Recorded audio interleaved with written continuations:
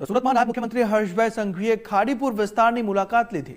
હર્ષભાઈ સંઘવીએ અસરગ્રસ્ત વિસ્તારોની મુલાકાત લીધી।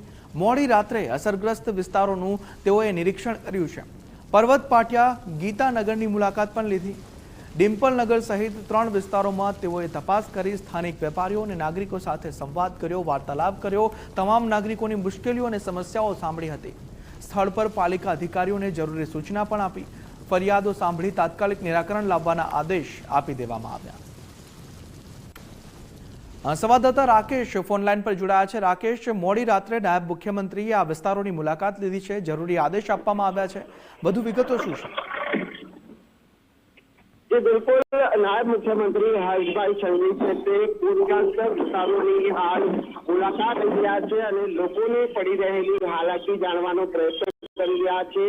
લોકો પ્રત્યે તેઓ સહાનુભૂતિ અને સંવેદના પણ દાખવી રહ્યા છે અને ઝડપી તેઓને આરોગ્યલક્ષી સેવાઓ અને જે રાહત સામગ્રી મળી રહે તે દિશામાં પ્રયત્ન કરી રહ્યા છે। તે અંગે રાત્રિના 2 વાગ્યાના આસપાસ તે નાયબ મુખ્યમંત્રી પર્વત પાટિયા અને ડુંબાલ વિસ્તારમાં પહોંચ્યા હતા, જ્યાં પાલિકા કમિશનર એમ નાગરાજન તેમજ અગ્ર સચિવ શાલિની અગ્રવાલ સહિતના જે અધિકારીઓ પણ મોજૂદ હતા।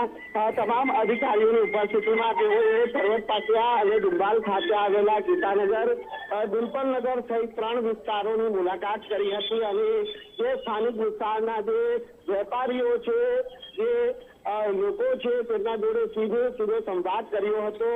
લોકો દ્વારા જે પ્રશ્નો અંગે રજૂઆત કરવામાં આવી હતી તે રજૂઆત સાંભળવામાં આવી હતી અને સ્થળ ઉપર જ પાલિકા કમિશનરને જરૂરી સૂચનાઓ આપી હતી અને લોકોને પડતી હાલાકીમાંથી બહાર કાઢવા માટે તાકીદે કાર્યવાહી કરવા માટે આદેશ પણ કર્યા હતા। આ ઉપરાંત તેઓએ જે પરિસ્થિતિ સર્જાય છે ખાડીપુરના કારણે તેનું સંપૂર્ણપણે નિરીક્ષણ કર્યું હતું અને સાફ સફાઈ ઝડપી રીતે થાય તે દિશામાં પ્રયત્ન કરવા માટે પણ સૂચનાઓ આપી હતી। એટલે જ્યાં ખાડીપુરથી જે પ્રભાવિત વિસ્તારો છે ત્યાંની નાયબ મુખ્યમંત્રી રૂબરૂમાં મુલાકાત લઈ રહ્યા છે અને જમીનની વાસ્તવિક પરિસ્થિતિ શું છે તે જાણવાનો પ્રયત્ન કરી રહ્યા છે। જે લોકોને નુકસાન થયું છે તેવા લોકોને કેશ ડોલ ઝડપથી મળી રહે તે દિશામાં પણ પ્રયત્નો કરવામાં આવી રહ્યા છે।